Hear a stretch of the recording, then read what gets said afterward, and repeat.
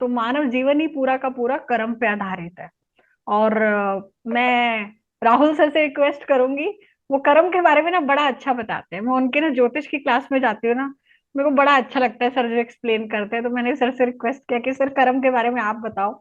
तो राहुल सर आप प्लीज थोड़ा सा बताइए, क्योंकि मुझे लगता है कि कर्मों को समझना बहुत जरूरी है। अगर आपने इस सिद्धांत को समझ लिया ना, तो लाइफ की आधी प्रॉब्लम्स आपकी वैसे ही सॉर्ट आउट हो जाए। राहुल सर माइक आपके पास है, ओवर टू यू। नमस्कार मैडम।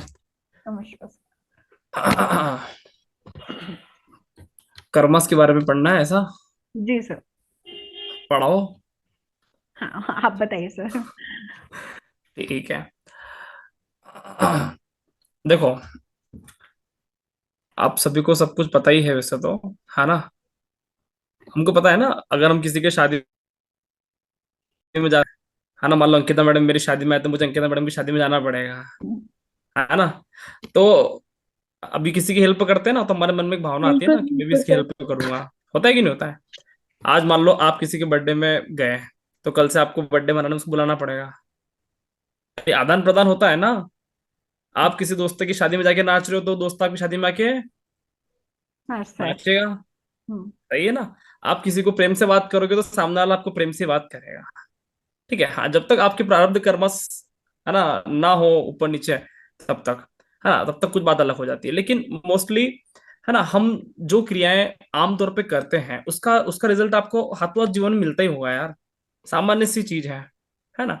आज आपने किसी का हेल्प कर दिया पैसे को लेकर, ठीक है, तो कल स्वाभाविक सी बात है कि आपको, है ना, उसका आपको करना ही है, सीधी सी बात है। तो आदान प्रदान होता है कि नहीं होता है? आपके जीवन में होता है कि नहीं होता है ऐसा? Yes sir. होता है ना? सभी की आप ऐसे ऐसे कर सकते हो मेरे को कि हाँ सर सही बोल रहे हो, है ना? तो आज हमारे साथ जो भी रिश्ते हैं, जो भी हमारा व्यवहार है ना, ज्योतिष में बोलते हैं कि शनि और बुध मित्र हैं। क्या बोलते हैं? शनि और बुध मित्र हैं। इसका मतलब क्या? आपका कर्म और आपका व्यवहार दोनों मित्र हैं। हमारा व्यवहार कैसा है ना, ये बहुत डिपेंड करता है कि हमारा कर्म कैसा है। ठीक है। आज आज भी बताता हूँ कि आज मधु मैडम से या ज्योतिष में या कोई भी हमसे पढ़ने आता है, तो जो भी डेमो लिया होगा, होपफुली उसको ज्यादा ही आता होगा, लेकिन सामने वाले को व्यवहार पसंद आता है। बोले व्यवहार अच्छा लगा, आना है ना, साथ में काम करना है। आज हम किससे कोई डील करते हैं तो क्या आप करते हैं? अरे सर आपका व्यवहार पसंद आया है, हम आपसे प्रॉपर्टी खरीदेंगे। आपका प्रॉपर्टी का काम है तो आपका व्यवहार पसंद आया, हम आपसे कंसल्टेंसी करवाएंगे। यही होता है, सीधी सी बात है ना? आज किसी का व्यवहार पसंद आता है, सामने वाला उसको गुरु मान लेता है, क्या भगवान हो हमारे लिए। ऐसे ही होता है। Yes sir. तो कर्म सिद्धांत एक एक सामान्य चीज, अपन एक सामान्य से डिस्कशन कर रहे हैं, लेकिन ज्योतिष की भाषा में कर्म सिद्धांत थोड़ा सा अलग हो सकता है। अलग कुछ भी नहीं है ना? कर्म कर्म को तीन तरह से उन्होंने बताया ज्योतिष में। एक होता है प्रारब्ध कर्मास, एक होता है क्रियमाण कर्मास, एक होता है संचित कर्मास, है ना? तो संचित, प्रारब्ध और क्रियमाण, ये तीन तरह के कर्मास होते हैं। ये शब्द सुनने में बड़े कठिन लग रहे होंगे, है ना? इंग्लिश इसका और भी कठिन है ना, इसलिए ट्रांसलेट नहीं करूंगा, है ना, तो मैं इसको एक्सप्लेन करूंगा थोड़ा सा। संचित कर्मास, प्रारब्ध कर्मास और क्रियमाण कर्मास। संचित कर्मास को 2 मिनट के लिए हटाते हैं, ये थोड़ा सा, है ना, अलग चलेगा। आपने एक चीज सुना है, आपने टेंस पढ़े? टेंस मेरे को बड़े बेकार लगते थे। वो मेरे सर बोलते थे कि ऑफर्मेटिव सेंटेंस बनाओ, मेरे को अभी भी चक्कर आते हैं उस ऑफर्मेटिव के नाम से, है ना? तो टेंस इंग्लिश में पढ़ते थे, तो वो दीवार पे ना वो एक पेज चिपकाते थे, 12 तरह के टेंस। पढ़े नहीं पढ़े आपने? 3 तरह के टेंस होते थे, है ना? Present continuous, present perfect. 3 tense होते हैं। टेंस का अर्थ होता है काल। काल का अर्थ होता है समय के 3 स्वरूप। समय के 3 स्वरूप, एक होता है भूतकाल, एक होता है वर्तमान काल, और एक होता है भविष्य काल। अब जैसे बात चल रही है अंकों की, है ना? अब है ना, मधु मैडम बेहतर जानते हैं कि न्यूमरोलॉजी में सबसे बड़ा अंक कौन सा होता है, लेकिन ज्योतिष शास्त्र ये बोलता है कि ग्रहों में सबसे बड़ा होता है गुरु। कौन होता है? ग्रहों में सबसे बड़ा होता है गुरु, और नंबर ये बोलते हैं कि गुरु का नंबर होता है 3। और क्या आप जानते हो गुरु का नंबर 3 कैसे बना? 3 नंबर गुरु का कैसे आया? 3 नंबर आया है गुरु के पास, पास से, काल से, कि वो तीनों काल की जानकारी रखता है। भाई एक गुरु के पास जाते हैं तो वो भूतकाल भी जानता है आपका, है ना, वर्तमान काल भी जानता है, भविष्य भी जानता है। भाई गुरु से कुछ छुपा हुआ होता है क्या? तो गुरु तो सब कुछ जानता है ना, वो तो नहीं बोले तो भी जान रहा है। तो गुरु का कालों को जाने, मतलब संपूर्ण चीजें जाने, क्योंकि तीन काल के अलावा तो कुछ है नहीं। पास्ट, प्रेजेंट, फ्यूचर के अलावा कुछ भी दुनिया में है क्या? कुछ भी नहीं है। तो गुरु का अर्थ होता है तीन काल। अच्छा, इसको और गहराई समझो कि गुरु का नंबर तीन, तीन काल से तीन नंबर गुरु का हो गया। क्या आप जानते हो तीन नंबर के पीछे और भी कहानी है? गुरु मतलब क्या? एक सूर्य, एक नंबर सूर्य का प्लस दो नंबर चंद्रमा के, सूर्य प्लस चंद्रमा को मिलाया तो बनता है गुरु। जो ब्रह्मांड की जो दो प्रकाश के सोर्स है ना, भाई सूरज नारायण प्रकाश देता है, आज रविवार है, ओम भास्कराय नमः। चंद्र नारायण प्रकाश देता है, कल सोमवार है। हमें दो ग्रह प्रकाश देते हैं नेचुरल तरीके से, प्राकृतिक रूप से। ठीक है। और गुरु भी प्रकाश देता है। ज्योतिष शास्त्र बोलता है कि गुरु ज्ञान का प्रकाश देता है, व्यक्ति को अंधकार से प्रकाश की तरफ ले जाता है। समझ में आ रहा है? तो एक नंबर और दो नंबर को टोटल करते कितना आता है? तीन आता है। तो इसके माध्यम से भी गुरु प्रकाश का कारक बन गया कि जो प्रकाश सूर्य और चंद्रमा में अलग अलग स्वरूप में बटा हुआ है, वह अकेला प्रकाश गुरु के पास है। इसलिए भारतीय संस्कृति क्या बोला कि भैया अगर गुरु और गोविंद दोनों खड़े हों तो भाई तू गुरु के जाके चरण छूना, गोविंद को छूने की आवश्यकता नहीं है। ठीक है। तो गुरु मिल जाए तो आपको हाथ नहीं मिलाना, सीधा चरणों में जाओ, सीधा चरणों में ना नमन करो। ठीक है। और मैं खुशकिस्मत हूँ, मुझे मौका मिला है ना गुरु के चरणों में नमन करने का। ठीक है। तो गुरु मतलब हमें प्रकाश देता है, मतलब उनके आने से ही आपका है ना एक अलग ही प्रकाश में जीवन हो गया। अच्छा, इसको और भी अलग तरह से समझ सकते हैं। न्यूमरोलॉजी मतलब नंबर है, और नंबर में क्या है, गणित में है ना, आपको धन करना है और ऋण करना है, मतलब क्या बोलते हैं उसको, पॉजिटिव और है ना सब्ट्रैक्ट, सब्सट्रैक्ट क्या बोलते हैं, माइनस, है ना। दो चीजें होती है ना, एक तो एड ऑन करते हैं और एक माइनस करते हैं। अभी मैंने आपको एड ऑन को बता दिया ना कि एक सूर्य प्लस दो चंद्रमा इक्वल टू गुरु। एक मंगल में से शुक्र माइनस कर लो, मतलब नौ नंबर में से छह नंबर माइनस कर लो, तो क्या आता है? तीन नंबर आता है। तो गुरु यहां से भी सिद्ध है। मंगल मतलब क्या? हमारा देह, हमारा शरीर। शुक्र मतलब क्या? शुक्र मतलब क्या? हमारा भौतिक जीवन में जो भी रस है। समझ में आया? अगर शरीर में से हमारा सारा भौतिक जीवन का जो रस निकल जाए तो हमें आध्यात्म की प्राप्ति हो जाती है। आज ना हमें छल की, ना पैसे कमाने की चिंता, ना हमें किसी से मोह है, ना हमारा कोई खाने की इच्छा खास है, जो मिल जाए भगवान की संतुष्टि। तो शरीर में से अगर हमारा रस निकल जाए तो भी व्यक्ति का अध्यात्म हो जाता है ना। छह ऋतुएं होती है ना यार, छह ऋतुएं अलग अलग तरह के रस बताती है। ठीक है। तो मंगल में से शुक्र माइनस हो गया। अगर अगर आपके शरीर में से भौतिक जीवन का जो जो आपका जो दिन भर हम लगे रहते हैं ना, गाड़ी चाहिए, घोड़ा चाहिए, बंगला चाहिए, वो निकल गया, तो भी गुरुत्व की प्राप्ति हो जाती है। आप देखना जितने भी ऋषि मुनि है, साधु संत है, मैं जैन धर्म को हमेशा से हिंदू धर्म का बड़ा भाई मानता हूँ, क्योंकि जैनिज्म में तो इतना बड़ा है कि वो तो भौतिक जीवन का सारा सुखी छोड़ देते हैं। ठीक है। तो यहां से भी गुरु सिद्ध है, मतलब मैं आपको बताने की कोशिश कर रहा हूं कि एड ऑन करा तो भी गुरु आ गया, आपने माइनस किया तो भी गुरु आ गया। गुरु की अपनी एक क्वालिटी है। अभी अपन बात कर रहे हैं कर्मास की। तो कर्मास कहाँ से शुरुआत होता है? तीन तरह के कर्मास, और तीन नंबर किसका? गुरु का। तो कर्मास का सबसे पहला ग्रह लोग बोलते हैं शनि है। मैं आपको बता देना चाहता हूँ, कर्मास का सबसे बड़ा ग्रह है गुरु। और पता है कैसे है? क्या आप जानना चाहते हो इस बारे में? आपको हमेशा ये बताया जाएगा कि शनि कर्मास का कारक है, ऐसा नहीं है। कर्मास का मूल कारक गुरु है। पता है आपको? नहीं पता ना? इसको अपन रिलेट करते हैं। ठीक है। देखो, कर्मास का मूल कारक गुरु कैसे हुआ? तीन तरह के कर्मास बताया मैंने आपको। संचित कर्म को एक्सप्लेन बाद में करूंगा, पहले मैं प्रारब्ध कर्मों को करता हूं। प्रारब्ध कर्म का मतलब क्या? ऐसे कर्मास जो हमने पास्ट किए हो या पूर्व जन्म में किए हो। ज्योतिष बोलता है पूर्व जन्म का बात। अपन पूर्व जन्म पे क्यों चले? मुझे क्या पता आप क्या थे, मुझे क्या था। अपन तो इतना चलते हैं कि ऐसे कर्मास जो हमने पिछले कुछ समय में किया उसको बोलते हैं प्रारब्ध कर्मास। ठीक है। और प्रारब्ध कर्मास को ज्योतिष शास्त्र बोलता है भाग्य। प्रारब्ध कर्मास को ज्योतिष शास्त्र बोलता है भाग्य। हमारा जो जन्म कुंडली में या हमारा जो डेट ऑफ बर्थ हमको मिला है, ये हमको भाग्य के माध्यम से मिला। या फिर आप ऐसा बोल सकते हो कि जो हमारी जन्म कुंडली है वो हमारा भाग्य है, जो हमारा डेट ऑफ बर्थ है वो हमारा भाग्य है। या फिर आप ऐसा बोल दो कि वो हमारा प्रारब्ध कर्मास है, एक ही बात है। या यस। तो आप इसको भाग्य बोल दो या फिर आप इसको प्रारब्ध कर्मास बोल दो, है ना। तो गुरु गुरु हमारे लिए अज भाग्य के रूप में आता है। ठीक है। तो प्रारब्ध कर्म को हम भाग्य बोलते हैं।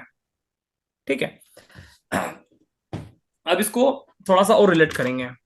कि किस तरह से हमारे लिए भाग्य काम करता है। भाग्य दो तरह के होते हैं, एक अच्छा भाग्य होता है, एक बुरा भाग्य होता है। और आपको बता देना चाहता हूँ कि लोग बोलेंगे कि राहु ऐसा ग्रह है, वैसा ग्रह है, लेकिन भाग्य का सबसे बड़ा ग्रह गुरु के बाद राहु ही है। पता है आपको? भाग्य का सबसे बड़ा ग्रह गुरु के बाद राहु है, और ज्ञान का सबसे बड़ा ग्रह गुरु के बाद फिर राहु है। समझ में आ रहा है? उतना ज्ञानी कोई नहीं हो सकता, है ना। और कई मामलों में राहु के पास अधिक ज्ञान है। ठीक है। तो मैं आपको स्क्रीन शेयर करता हूँ, आप उससे आपको उससे और क्लियर होगा। मैं मुझे होस्ट बनाओगे? आइए sir.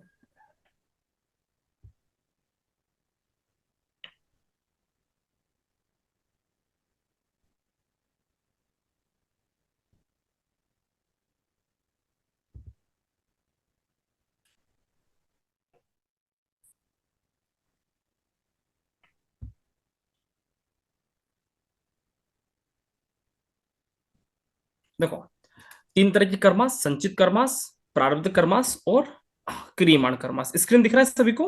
Yes sir. Yes sir. Okay, ठीक है। अब इसको थोड़ा सा और गहराई समझेंगे कि तीन तरह के कर्मास और हमारे तीन काल होते हैं, और उन तीन कालों को तीन देवताओं के नाम से जाना जाता है। आपने तीन देवताओं के नाम सुने हैं: ब्रह्मा, जी सर। विष्णु और महेश। अगर आपको सनातन संस्कृति में, हिंदू सनातन संस्कृति का कुछ भी जानकारी ना हो, और आप सिर्फ एक शब्द बोलो कि मैं त्रिदेव को पूछता हूं, मतलब सारा काम हो गया। क्योंकि त्रिदेव से ज्यादा, त्रिदेव से अधिक कुछ भी नहीं है। ब्रह्मा विष्णु महेश से बड़ा कुछ भी नहीं है। ठीक है। तो त्रिदेव मतलब ब्रह्मा विष्णु महेश। क्या आप जानते हो कि ब्रह्मा विष्णु महेश क्या है? ब्रह्मा विष्णु महेश हमारे लिए काल है। काल, काल मतलब समय चक्र है। ब्रह्मा को हम बोलते हैं, क्या बोलते हैं? भविष्य काल। जैसे आप ये आप देख रहे हो, आप क्या दिख रहा है? शिव को हम बोलते हैं भूतकाल। भूतकाल का अर्थ क्या होता है? जो पास्ट की जानकारी रखता हो। आप रिलेट कर पा रहे हो? शिव को बोला जाता है भूतकाल। भूतकाल का अर्थ होता है जो पास्ट की जानकारी रखता हो।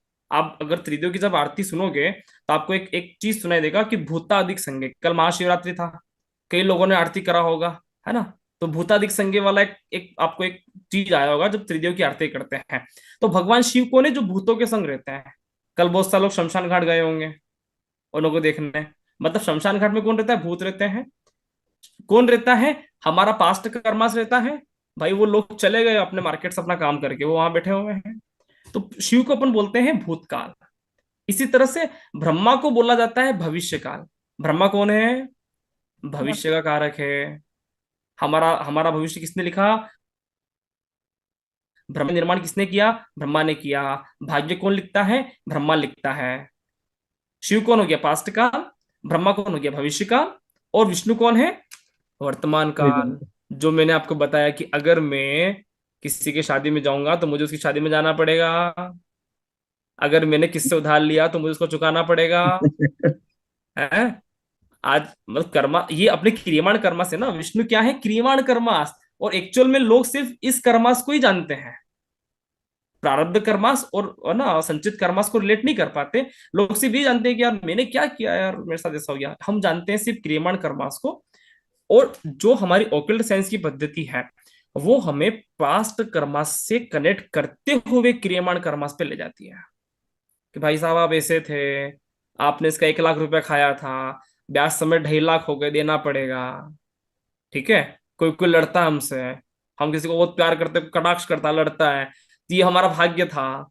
समझ में आ रहा है? आपको सहन करना पड़ेगा।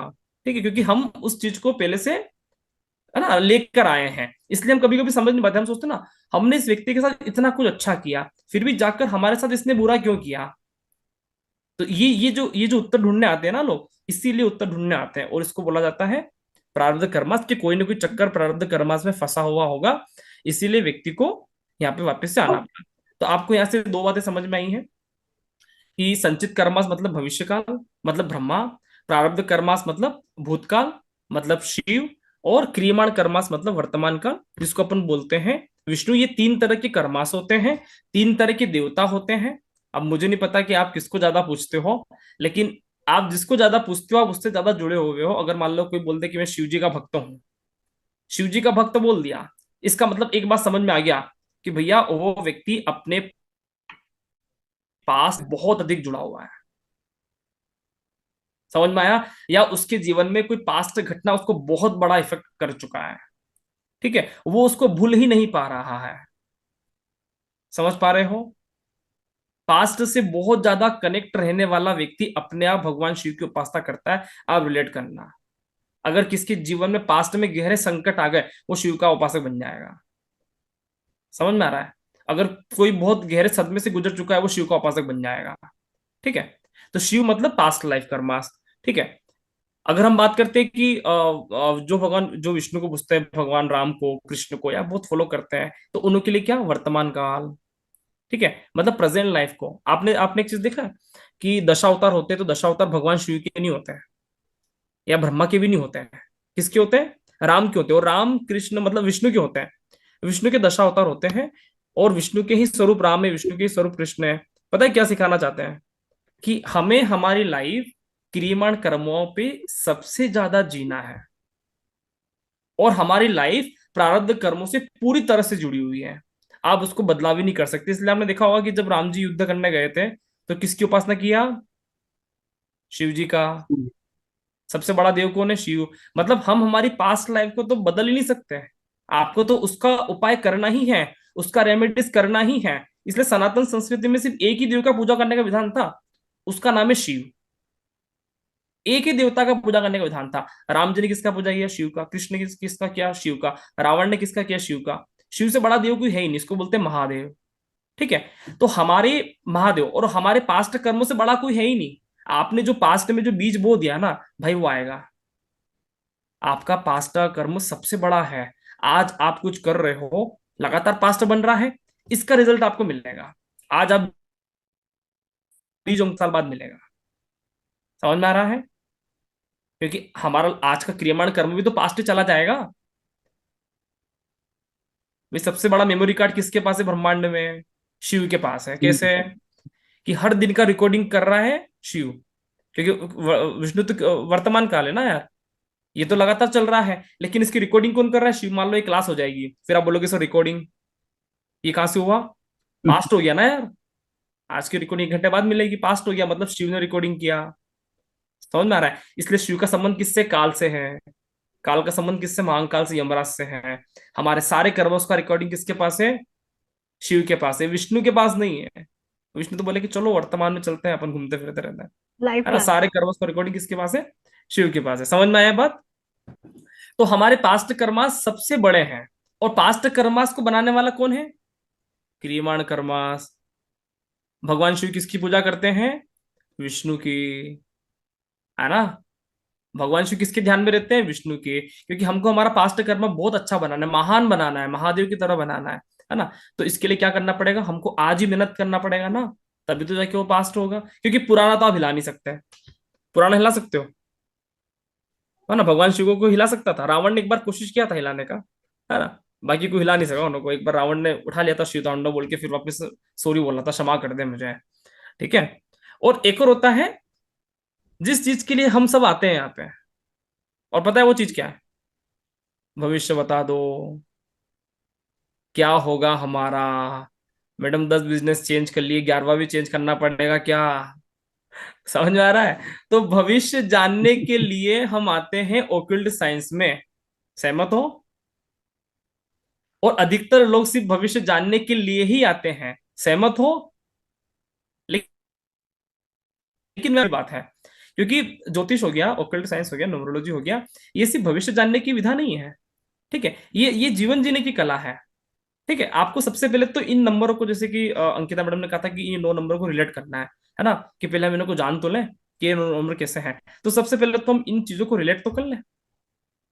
क्योंकि ये आपको, ये अगर हम बोलेंगे ना कि हम सिर्फ भविष्य जानने के लिए इस विधा में आए हैं, या फिर ये विधा सिर्फ भविष्य की जानकारी देता है, तो ये तो असत्य है। क्योंकि गुरु तो त्रिकालदर्शी है। ये तो भूत भी उतना ही जानता है जितना वर्तमान जानता है, उतना ही भविष्य जानता है। नो डाउट कि भविष्य बताता है, लेकिन ये सिर्फ भविष्य बताने की चीज नहीं है। समझ में आया? नो डाउट ये भविष्य बताता है, लेकिन ये सिर्फ भविष्य बताने की चीज नहीं है। सबसे पहले तो ये आपके जीवन जीने की कला में आना चाहिए, आपके नंबर आपको रिलेट होना चाहिए। हाँ, एक नंबर कौन सा रिलेट होना चाहिए, पहले रिलेशन में आना चाहिए। समझ में आ रहा है? तो सबसे पहले चीजें रिलेट होगी, उसके बाद हम इसको भविष्य में इम्प्लीमेंट करेंगे। इसको मैं थोड़ा सा है ना, इससे मनोविज्ञान से जोड़ूंगा, है ना, आपको अच्छा लगेगा, थोड़ी सी कहानी से जोड़ूंगा। आपने एक चीज देखा है कि शिव के बहुत सारे मंदिर मिलेंगे आपको, है ना, विष्णु के बहुत सारे मंदिर मिल जाएंगे, राम के मंदिर मिल जाएंगे, कृष्ण के मंदिर मिल जाएंगे, ब्रह्मा के मंदिर नहीं मिलता है ना, दो चार मंदिर होंगे, है ना। ऐसे तो पुराना मंदिर एक ही है, पुष्कर राजस्थान में है ना। ठीक है, तो ब्रह्मा जी के मंदिर कोई बनाता भी नहीं, कोई नया शहर बनाता है तो राम जी का मंदिर बनाएगा, कृष्ण का मंदिर बनाएगा, नई कॉलोनी बनेगी तो राम जी का मंदिर बना देंगे, कृष्ण का मंदिर बना देंगे, माता जी का बन जाएगा, लेकिन ब्रह्मा जी का मंदिर किसी शहर में नहीं बनता। बनता है क्या? और ब्रह्मा को बोलते हैं अपन भविष्य काल। जब हमारी संस्कृति हमको ये सिखा रही है कि आपको भविष्य की चिंता इतना नहीं करना है, तो भाई तू क्या क्यों टेंशन ले रहा? हाँ, जब हमारी संस्कृति हमको इतनी गहरे सिखा के गई कि आपको पास्ट की टेंशन लेना है, कि अगर कुछ हो गया तो उसके लिए आप क्षमा मांगो, उसके लिए भगवान भोलेनाथ पे जल चढ़ाओ, जा जाके बोलो कि माफ कर दो, माफ कर दो। जल चढ़ाने का परंपरा ही था, माफ कर दो, माफ कर दो। समझ में आया? उसके लिए आप कर सकते हो। ठीक है, कि कुछ पुरानी घटना हो गई, गलती हो गई, तो उसके लिए माफी मांगो, इसलिए शिव जी पे जल चढ़ाओ। विष्णु विष्णु के लिए भी नहीं कहा, है ना, विष्णु को तो बोला खाना खिलाओ, भोजन कराओ। ठीक है, कि अच्छे कर्म के साथ भोजन कराओ। ठीक है, लेकिन ब्रह्मा का कोई मंदिर नहीं है। और हम सबसे ज्यादा टेंशन पता है किस लिए रहते हैं? क्योंकि हम भविष्य के चक्कर में फंसे हुए हैं। सही कह रहा हूं? इसलिए तो हमारा टेंशन है। लेकिन हमारी संस्कृति हमको ये नहीं बताया ना। अगर हमारी संस्कृति ये बताना चाहती ना कि हमको भविष्य की चिंता बहुत ज्यादा करना है, तो मैं कहता हूं आपको सबसे ज्यादा मंदिर ब्रह्मा के होते हैं मार्केट में। सही बोल रहा हूँ? सही बोल रहा हूँ कि नहीं सही बोल रहा हूँ? Yes sir. ठीक है। तो कैसे कैसे हमको ये कनेक्ट करते हैं? ये देखो यहाँ पे आपको शिव दिखा है कि शिव मतलब जो भूतों के साथ रहते हैं वो शिव है। ठीक है।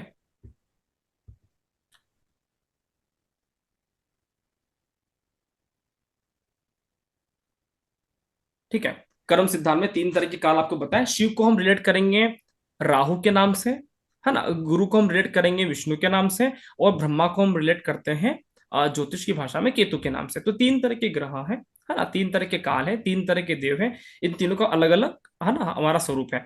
राहु मतलब आपके सारे पास्ट कर्मास को बताता है, गुरु मतलब आपके सारे वर्तमान कर्मास को बताता है, और केतु मतलब आपके सारे भविष्य के कर्मास को बताने वाला ग्रह है।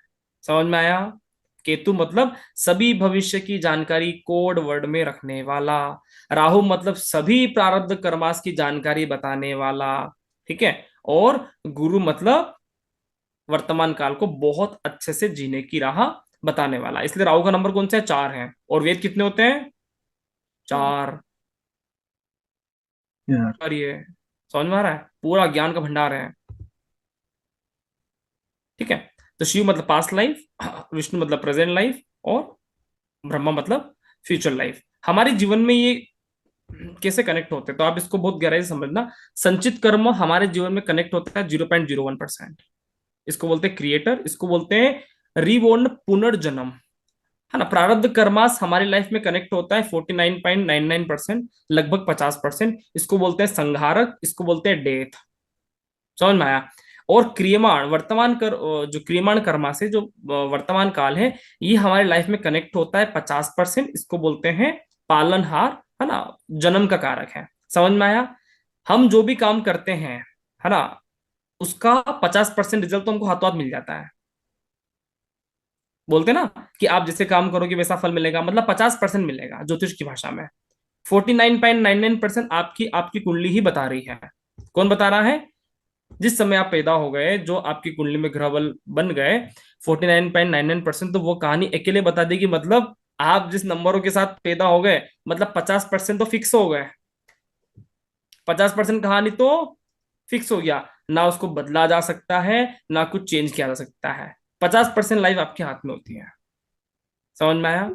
और भविष्य का चिंता, जिस हम फील्ड में आए ना भविष्य को जानने के लिए, तो इस फील्ड में भविष्य का जानकारी रखना बहुत बड़ी बात नहीं है। आपको जीवन जीने की कला में इसको उतारना बहुत बड़ी बात है। आज जितने भी ज्ञानी हो गए, विज्ञानी हो गए, आखिर भगवान को प्राप्त करना है ना इन चीजों से यार। भगवान की तो प्राप्त करना है। क्या प्राप्त करना चाहते हो? मकान गाड़ी घोड़ा ये प्राप्त करना चाहते हो तो वैसे मिल जाएगा, मिलना होगा तो। हम इन विधा से प्राप्त करने आए हैं भगवान को बहुत अच्छे से समझने के लिए। और भगवान को प्राप्त करने के लिए क्या करना पड़ेगा? स्वयं में जाना पड़ेगा। गौतम बुद्ध कहाँ गए, भगवान श्री राम कहाँ गए, कृष्ण कहाँ गए, है ना? कहाँ पे गए? स्वयं में उतरे ना यार। सही कह रहा हूं ना? तो हमारा लक्ष्य ओकल्ट साइंस से जुड़ने का एकमात्र ये होता है कि हम सबसे पहले स्वयं को जाने, अपना व्यक्तित्व जाने, हम कैसे हैं, है ना? और ज्योतिष में जैसे मधु मैडम बता रहे थे कि 1 नंबर और 8 नंबर एंटी होते हैं, वैसे ज्योतिष में सूर्य और शनि एंटी होता है। तो सूर्य बोलता है कि स्वयं को जानो, कहाँ पे उच्च का होता है? काल पुरुष कुंडली से मेष राशि में उच्च का होगा, स्वयं को जानो। शनि का उच्च का होता है? तुला राशि में। दूसरों को जानो, दूसरों को जज करो, मतलब शनि।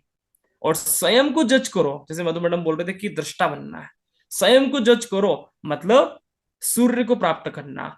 और दूसरों को जज करना मतलब शनि को प्राप्त करना।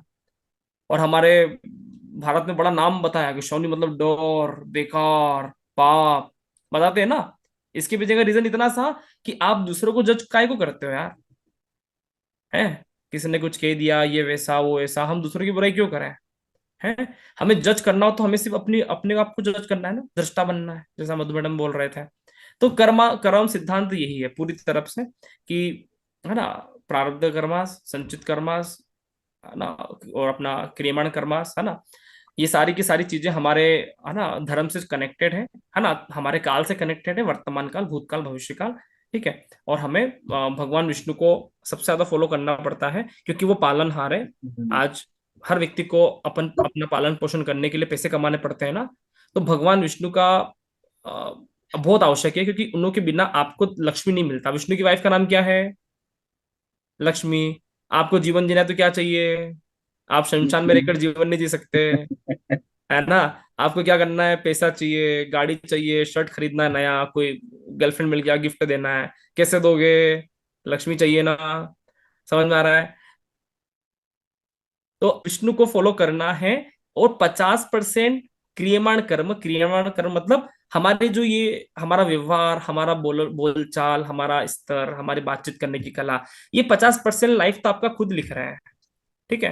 हाँ, जो आपके प्रारब्ध कर्मा से, उसका रेमेडीज मधु मैडम आपको बहुत अच्छे हद तक बताएंगे, है ना? उसका उपाय करने की सख्त आवश्यकता है। और आप किसी की पूजा करो या मत करो, लेकिन शिव की पूजा करना आपको सख्त आवश्यकता है। ठीक है ना? क्योंकि वो राम ने भी किया और सबने किया। तो प्रारब्ध कर्मा को हमको उपाय करना बहुत आवश्यक है। और अब इसलिए देखना, सनातन संस्कृति हमेशा से शिव जी पे जल चढ़ाने की परंपरा ही बताई है। भाई किसी देवता को बहुत बड़ा काम नहीं बताया उन्होंने कि शिव पे जल चढ़ा दिया, ठीक है ना? आपके कोई भी प्रारब्ध कर्मा से शिव को बहुत गहराई से देखना। कोई भी गंदगी होती है ना, प्रारब्ध कर्म मतलब क्या? कोई गंदगी। हम शिव को चढ़ाते हैं गंदगी। क्या चढ़ाते हैं? सावन महीना आया तो हरे पौधे के बेलपत्र ला के चढ़ा दिए हैं। हमने जहर चढ़ा दिया। जहर मतलब क्या? हमारा नेगेटिव कर्मास हमने शिव को जाकर चढ़ाया, उसको ही जहर बोला जाता है। कनेक्ट कर रहे हो ना? कनेक्ट कर रहे हो ना? हमारा प्रारब्ध कर्मास को संहार करने वाला मार्केट में कोई दूसरा व्यक्ति नहीं है शिव के अलावा। आपसे कोई भी फॉल्ट हो गया, कोई भी पास जन्म में कोई भी गलती हो गया, उसको कौन करेगा मैनेज? उसको कौन करेगा? उसको एक ही व्यक्ति खा सकता है, जो जहर को खा सकता है, मतलब बुरी सी बुरी चीज खा सकता है। तो वो खाएगा शिव। कि अगर पापी से पापी राक्षस आदमी भी, और आप देखना कि राक्षसों के प्रिय थे शिव, भूतों के, राक्षसों के, असुरों के, रावण के प्रिय थे, क्योंकि वो पाप करके आ जाते थे। फिर जाते थे शिव जी के पास, सर जी नमस्कार। बोले आ जाओ डाल दो डाल दो। समझ में आ रहा है? तो, है ना? और आज के जमाना तो कलयुग का राहु का है ना। हर व्यक्ति से आए दिन पाप होता है। ये जब से मोबाइल फोन आया ना, 2 3 4 झूठ तो दिन में मैं बोलता हूँ। क्या कर रहे हो? बिजी हूँ, काम कुछ नहीं कर रहा, बिजी हूँ, बाद में करना। ठीक है। तो 2 3 4 झूठ तो आदमी वैसे ही बोल लेता है। तो असुरों का युग है ना यार। पाप कर्म तो आदमी की उठते से, सुबह उठो 2 4 पाप कर्म तैयार है। आदमी कहीं नहीं, क्या बोलता, बाहर हूँ, घूमने जा रहा हूँ, घर बैठा है। ठीक है। तो बात नहीं करना तो उसको टालते ही हर व्यक्ति। मोबाइल मोबाइल फोन ने बहुत हद तक झूठ बोलना सिखाया, क्योंकि आदमी टालने की कोशिश करता है। ठीक है।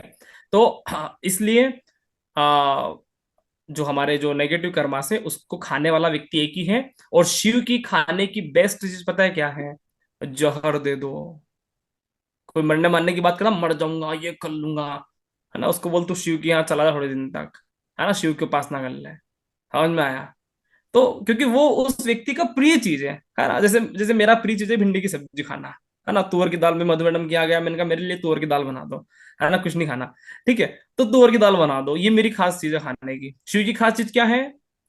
जहर खिला दो। जहर मतलब क्या? पाप कर्मास खिला दो। आपने किसी के साथ कोई चाटा वाटा मार दिया, कोई गंदा खेल खेल लिया, गलती से कोई दुष्कर्म हो गया, तो शिव के खाते में जाके डाल दो कि भैया तू खा जा, वही खा सकता है। तो इसलिए हमारे पास्ट कर्मस के और कर्मास को सही करने के लिए हम शिव की उपासना करते हैं। ये ज्योतिष का नियम है। आमतौर पर सामान्य रूप से आप शिव तांडव का पाठ करो, है ना, नमामि शमीशाम का पाठ करो, रुद्राष्टकम का पाठ करो, है ना। ये एक बहुत अच्छे रेमेडीज के रूप में जाना जाता है, जिसका भी राहु खराब होता है, ठीक है, उसके लिए बहुत बढ़िया रेमेडीज होता है राहु और केतु का। ठीक है, तो कर्मास हमको आ, इस तरह समझने हैं। और एक और चीज मैं कर्मास के बारे में आपको एक और चीज बता देना चाहता हूँ कि आपसे कोई भी गलत काम हो जाए, कोई भी बुरा काम हो जाए, पाप कर्म हो जाए, आप शिव के पास डाल के आप सबसे पहले निश्चिंत हो जाओ। क्योंकि आप उसको बार बार घोटो मत अपने लाइफ में, आगे रिपीटेशन मत बढ़ाओ।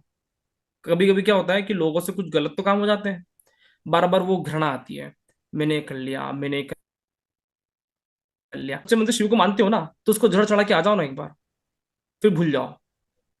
समझ में आ गया? क्योंकि शिव वो व्यक्ति है जो कंठ में अपने जहर ले लेगा। आपको बार बार अपने जीवन में जहर डालने की जरूरत नहीं है। जब शिव हमारे पास है तो हमको अपने जीवन में जहर डालने की आवश्यकता नहीं है। विष्णु अमृत है। विष्णु क्या है? वर्तमान काल हमेशा अमृत के माध्यम से जिया जाता है।